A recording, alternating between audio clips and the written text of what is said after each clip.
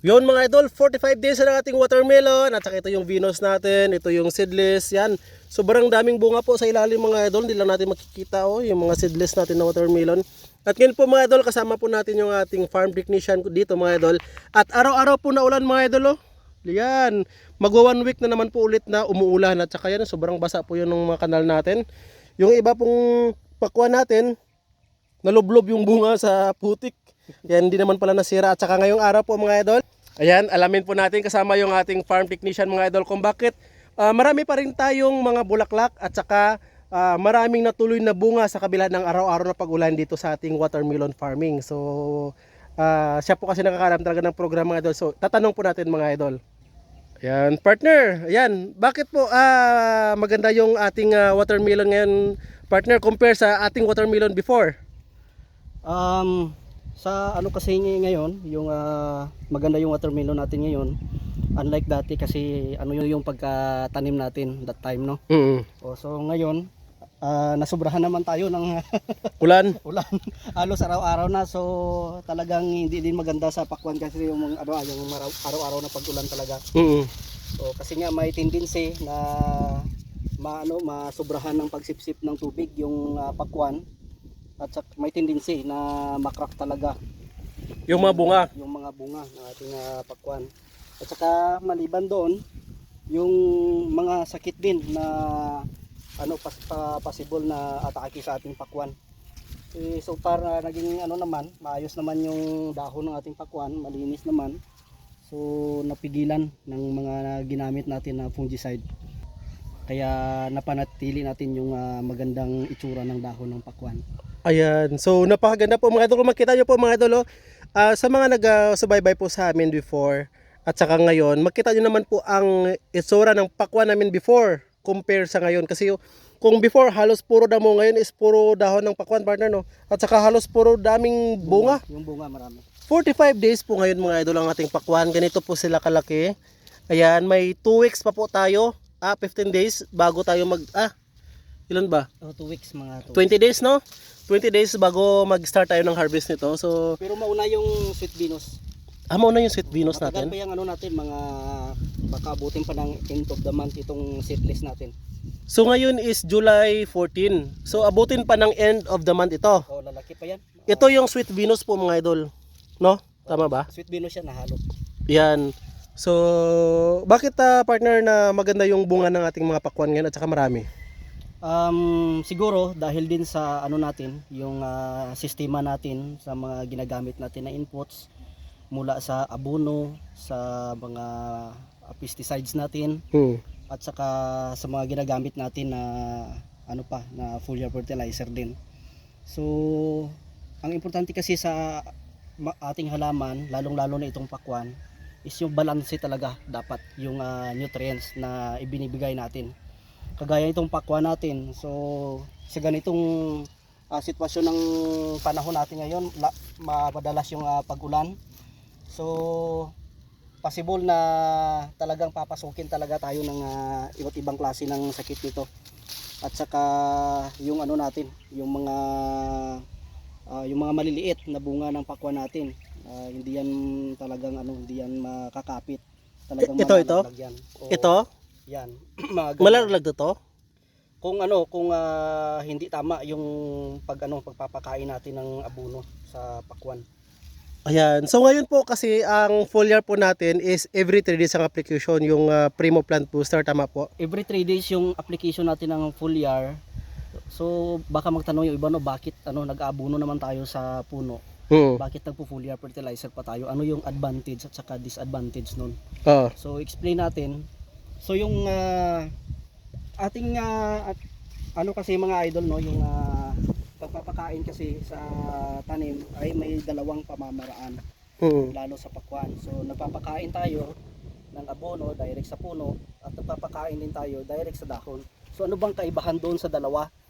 So ang ginawa natin kasi more on na nag-foliar fertilizer tayo kasi nga yung mga granules na mga fertilizer na ina-apply natin sa puno ng ating mga pakwan ay hindi yan agad-agad na nasisipsip or nagiging available form kapag in-apply natin sa puno.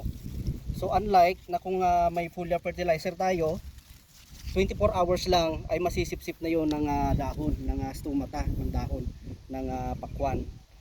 So yung yung isang disadvantage pa kapag lagi tayo nag-abono na araw-araw yung pag-ulan, ay may posibilidad na na hindi maganda yung maidulot sa ating pakwan.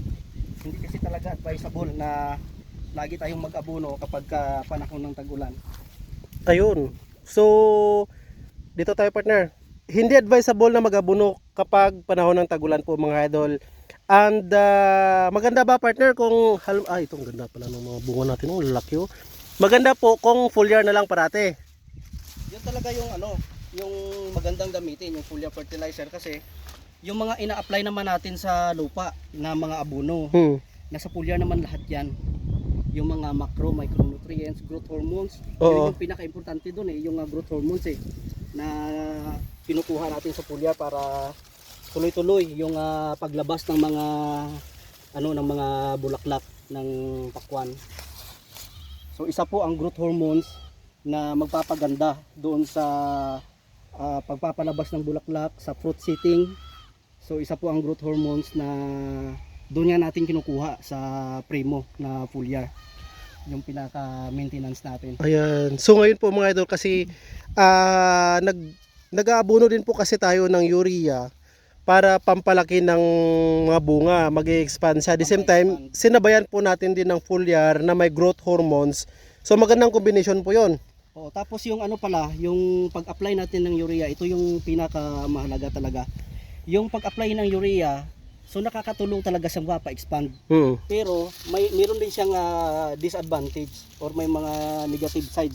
Kapag nasobrahan din yung urea, mapapalaki natin yung mga ito yung malalaking bunga na yan. Mapapa-expand natin yan, lalaki naman yan sigurado. Pero kapag sobra yung pag-apply natin ng urea, ang maapektuhan naman yung mga maliliit na bunga na susunod. Pag yung bata pa. yung bata pa, pag mataas yung nitrogen, mahulog yun, ma-abort yun. Ay, so anong maganda doon? Kailangan pa ba ilaglag na lang 'yon or sacrifice? Hindi, talaga ang practice natin dito.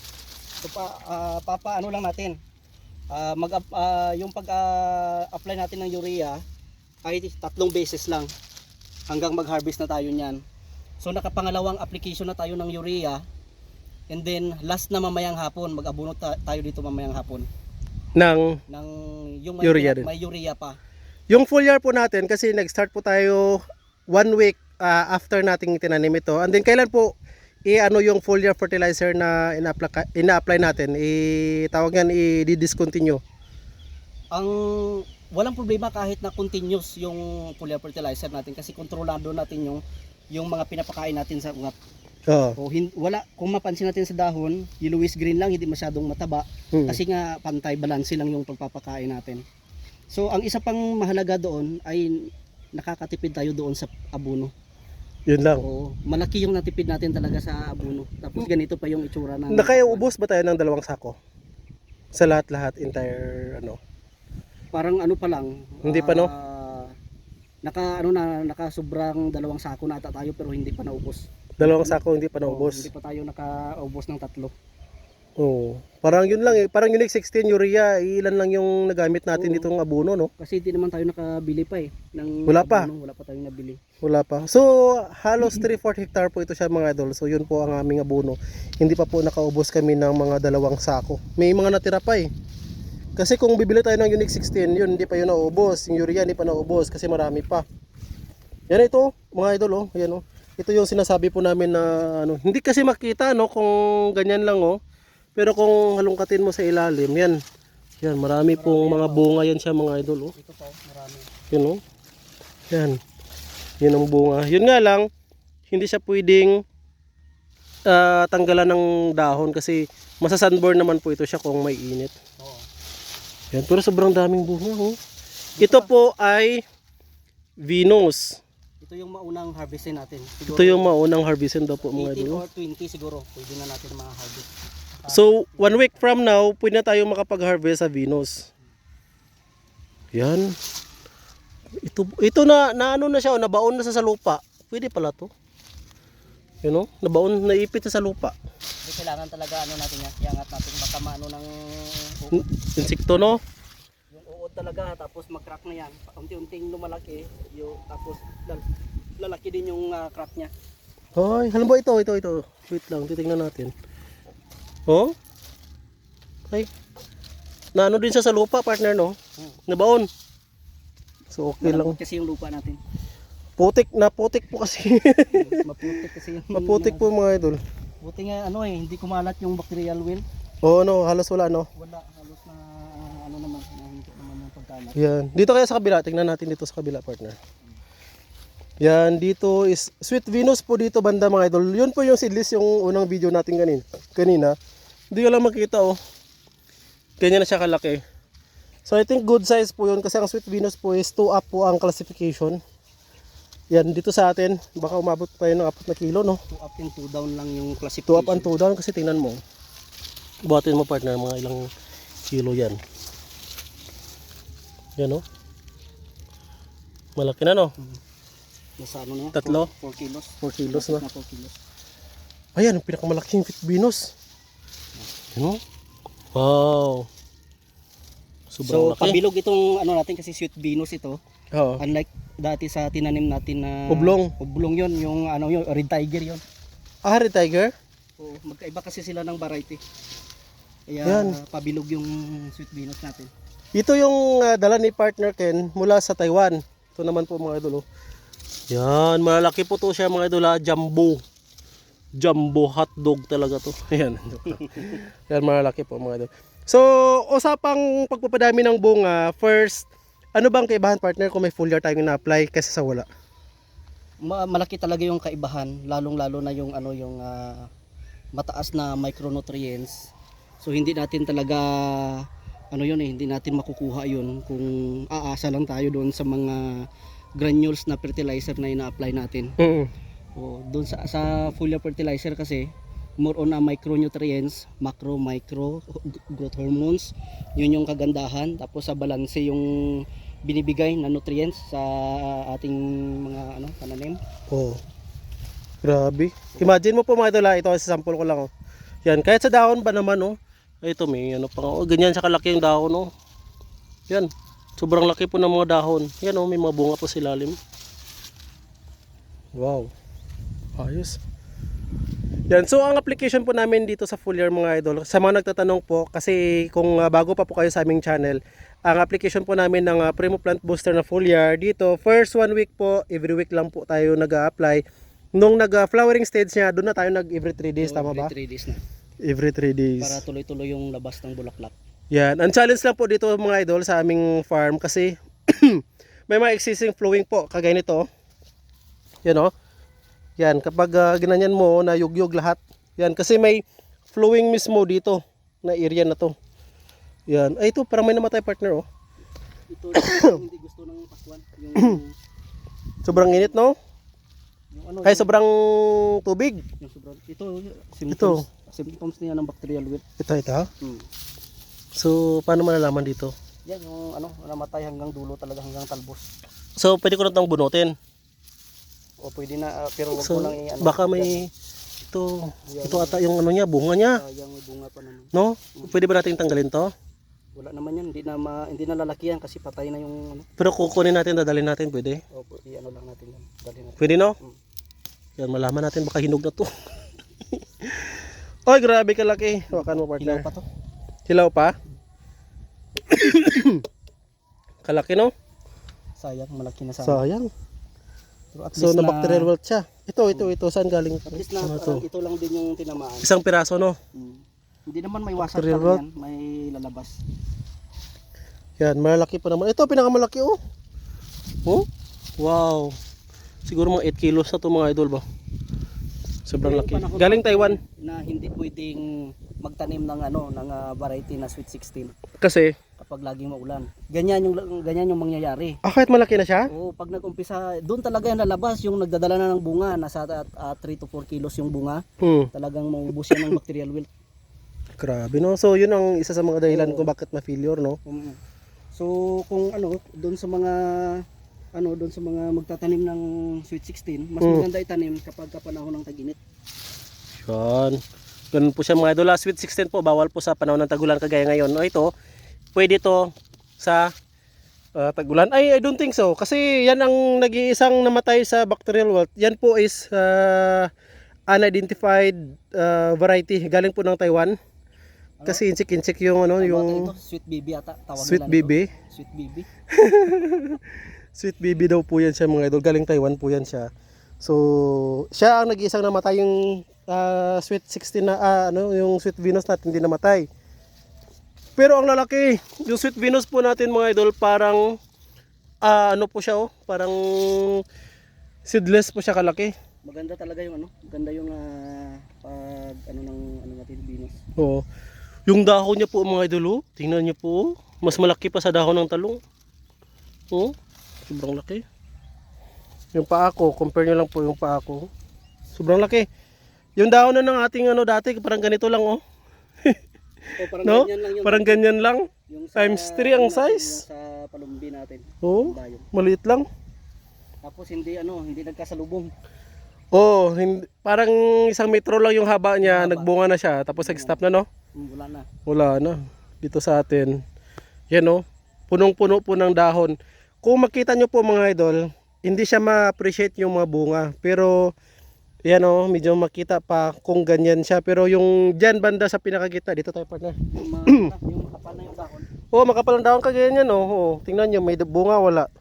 Diba hindi makita? Pero kung binuksan natin, yan ang mga bunga Ito dyan. yung iniiwasan natin na kailangan na dapat huwag tayong sumubra sa paglagay ng urea ito. Mga ganito kalaki oh. Bakit? Ito. Ay, maabort yan. Maabot ilalaglag niya ito. Ay, kapag sumobra tayo ng urea. Sobra, oh. Ang Ayan siya. kinukuha lang naman natin doon sa urea, yung nitrogen content Para yung nitrates. Yun man talaga yung ano, yung nitrates, yun man talaga. pampalaki ng bunga. Yun oh.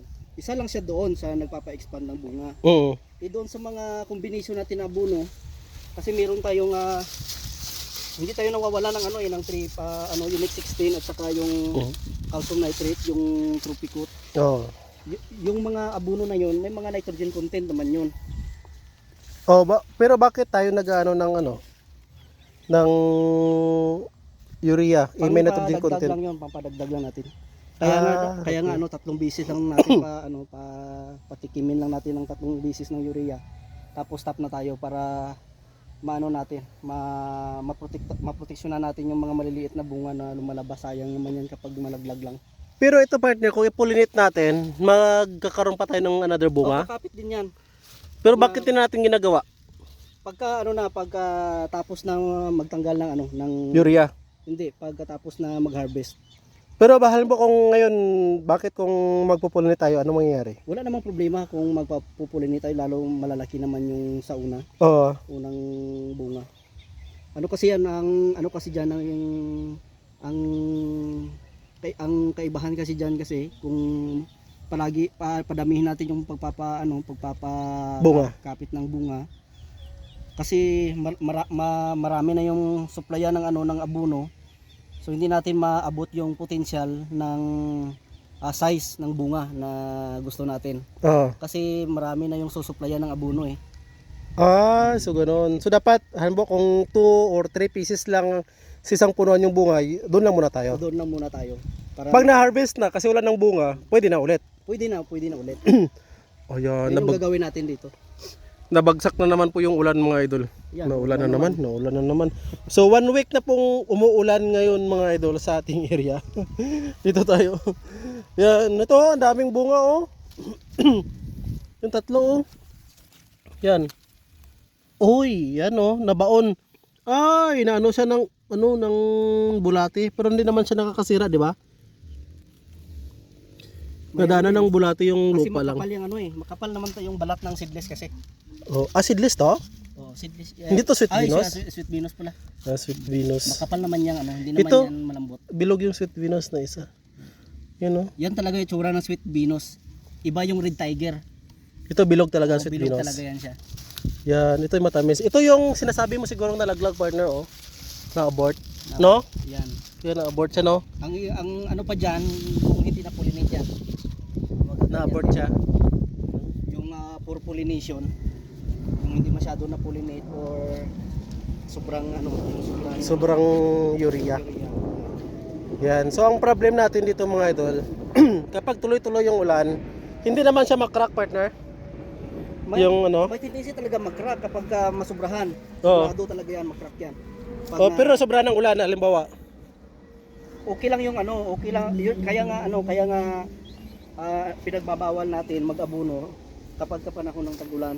Oo. Kasi malakas magsipsip ng tubig yung Pakuano. watermelon. Yan o. Kaya may tendency na mag-crack siya. Halos kahit sa area po natin kasi yung mga idol matubig. Yan dahil sa tuloy-tuloy na pagulan. At saka yung ulan, alam naman natin yung ulan may dalang nitrates din. Mm. Kaya nga tumataba yung Nitrogen. mga damo. Oo, nitrogen. Yan dito tayo. Nitrates. Yan. Hoy kabuyag. So please do comment sa mga followers natin, mga avid fan natin kung magkano ang presyo ng pakwan sa inyong area. Yan, magkano ang presyo ng pakwan sa inyong market. Yan, at least magkaroon din tayo ng idea. Yan, nabaon na yung mga watermelon dito. Ito, nabaon din siya oh. Nabaon din sa putik. Oh, ang lalim ng putik na pinagbaonan niya oh. Tingnan mo itong isa. Saan? Ayan oh. Uy, 4 dito, isang punuan lang. No? Oo, dapat 3 lang talaga. Ito yung sabi ko na kapag ka sobra, marami yung bunga, Oo. tapos papakapitin pa natin yung mga ano. Ito yung sabi ko, deform na siya. Yun. Kasi nga hindi na naabot ng nutrients. Yun. Yan. So, kaya dapat bago tayo mag-pollinate, mag-harvest muna tayo. Pag na ano kasi ito nabawasan na ito, siyempre ano naman yung nutrients dito naman pupukus yan sa iba. Yan. So, pag pangapat, medyo kulang na siya ng O kulang na. sustansya. Pero Kasi- kung 3, kaya niya pang i-sustain yung 3. Okay sana kung pwede, halimbawa ganito 4 sila. Damihan natin ng abono, hindi naman pwede yon kasi pag nasobrahan yung ang pagpapakain natin ng abono, mamatay din yung halaman pagka sobra. Yun lang. Mamatay din kaya ano lang, Sakto lang. Sakto lang. Kung ano lang talaga yung capacity niya. yung capacity doon lang. niya, yun lang talaga sundin natin.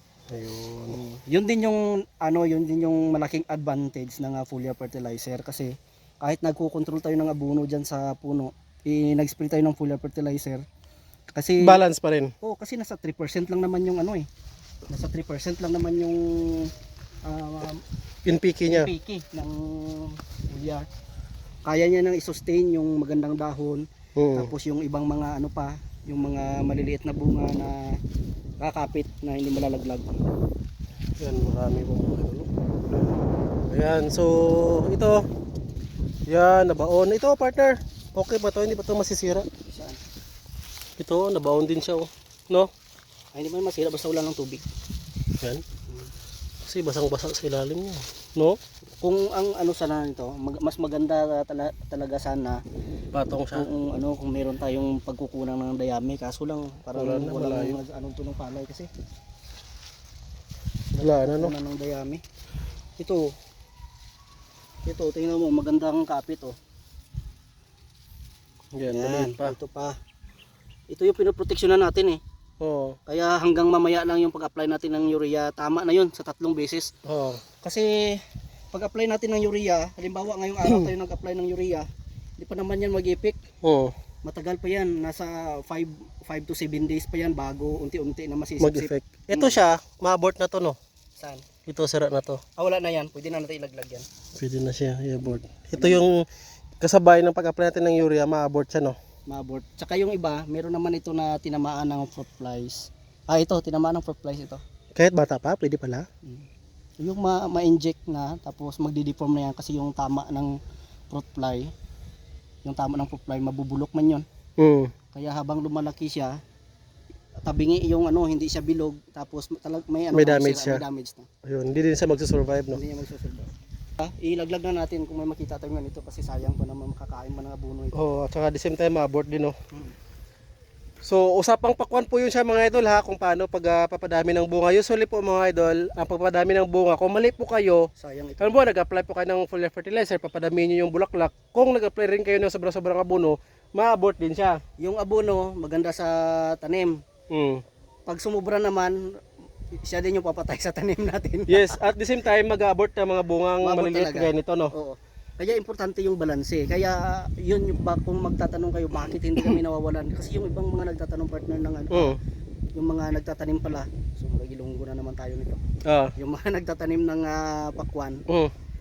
may mga ano, iba din yung practice nila. Mm. Kasi may mga na ano ako dati, may mga narinig ako na mga nagtatanim din ng pakwan na kapag daw sobra-sobra yung pag-apply ng foliar, nagka-crack daw, Mm. tapos malalaglag. Oh, pero depende 'yun sa abono siguro, no? Depende doon sa templada Ng foliar or o abono. doon sa sistema ng pagtatanim. Yung foliar fertilizer, Mm. safe na safe yung foliar fertilizer kasi nga nasa 3% lang yung NPK. Oo. So hindi siya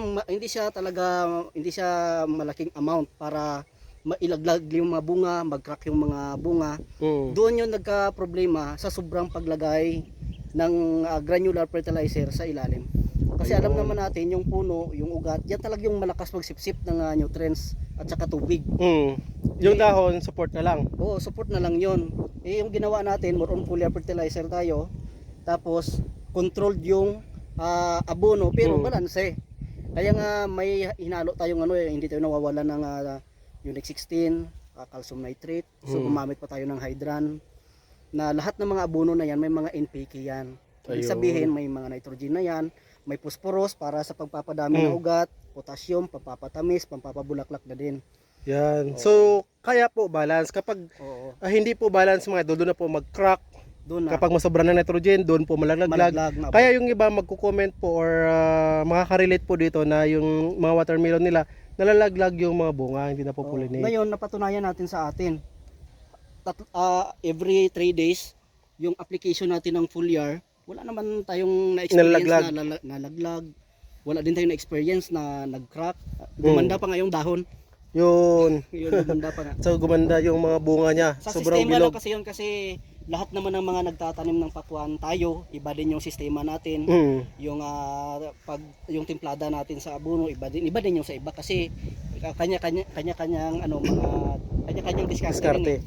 And isa sa mga natandaan ko po mga idol, isa sa mga sign na hindi balance po yung abono nyo, kapag ang pakwan nyo po is deform, halimbawa medyo paublong siya instead na bilog, at saka may maliit na part, yun siguro ay isa sa mga imbalance na pag-abono, no?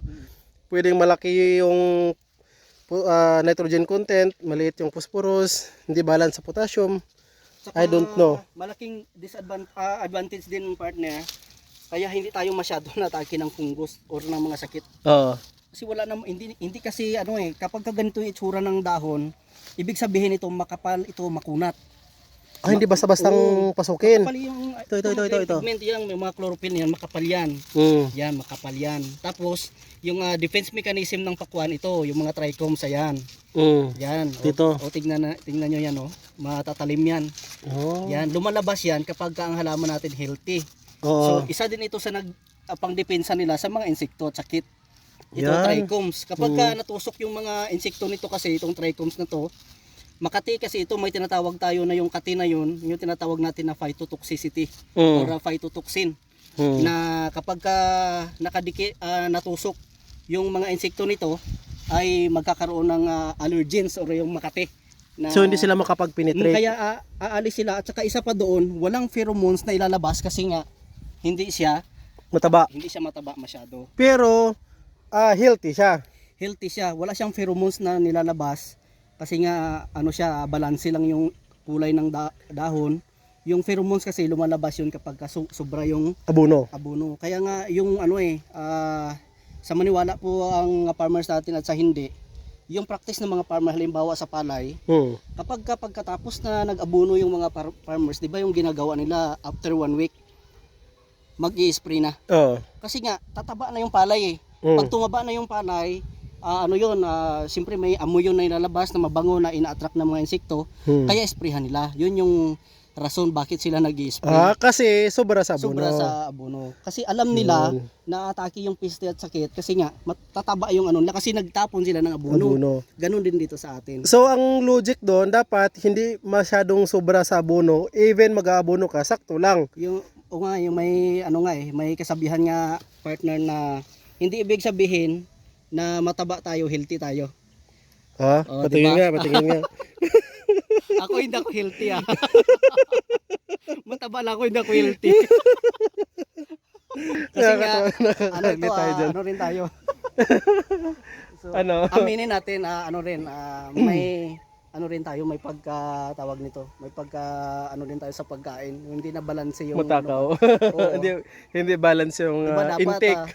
'Di ba dapat may paminsan-minsan may gulay, karne, isda. So balance diet dapat, ang tawag doon. Balance diet. Baka mamaya minsan pag ulam-ulam, puro lang na carbohydrates ang nakakain. 'Di ba tama naman 'yun, partner, hindi lahat na sabihin natin na yung mga matataba healthy yan. Yes. Sakitin nga Karamihan sakitin. sakitin. Buti naman ako hindi ako sakitin. Malaki lang talaga tiyan ko.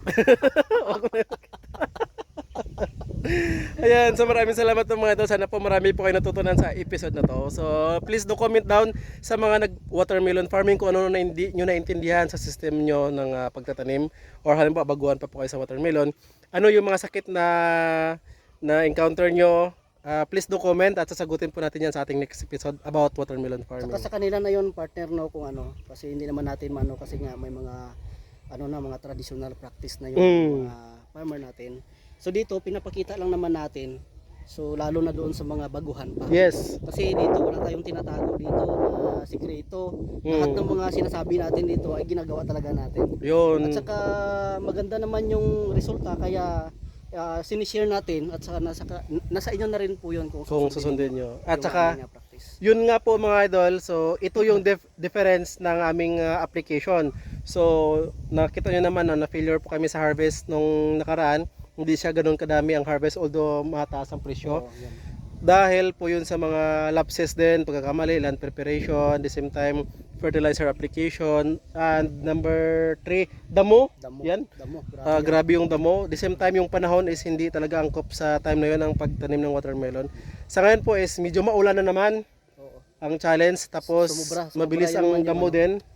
Pero na-control natin. At the same time, yan, ang sa ngayon is more on foliar fertilizer po tayo, hindi more on granular. Kaya po sa malapit na pong ma-harvest yung ating watermelon, hindi pa po tayo nakaubos ng 2 sako dahil ang granular is yun ang nagpapa-attract talaga ng sakit or nagpapa-attract ng mga peste, kaya magkakasakit yung mga watermelon. Pero kaya kailangan natin, tayo. pero konti-konti lang. Pakunti-kunti lang. Pakunti-kunti lang. Kailangan din naman natin yung mga granules talaga. Ayan. Yun nga, pakunti-kunti lang. Salamat partner Jory sa kalaman na na-share po sa atin mga idol. At soon po mga idol, mag-update po ulit kami dito. Yan, mula dito sa Tupi, South Cotabato sa aming farm. Happy farming mga idol. Bye-bye.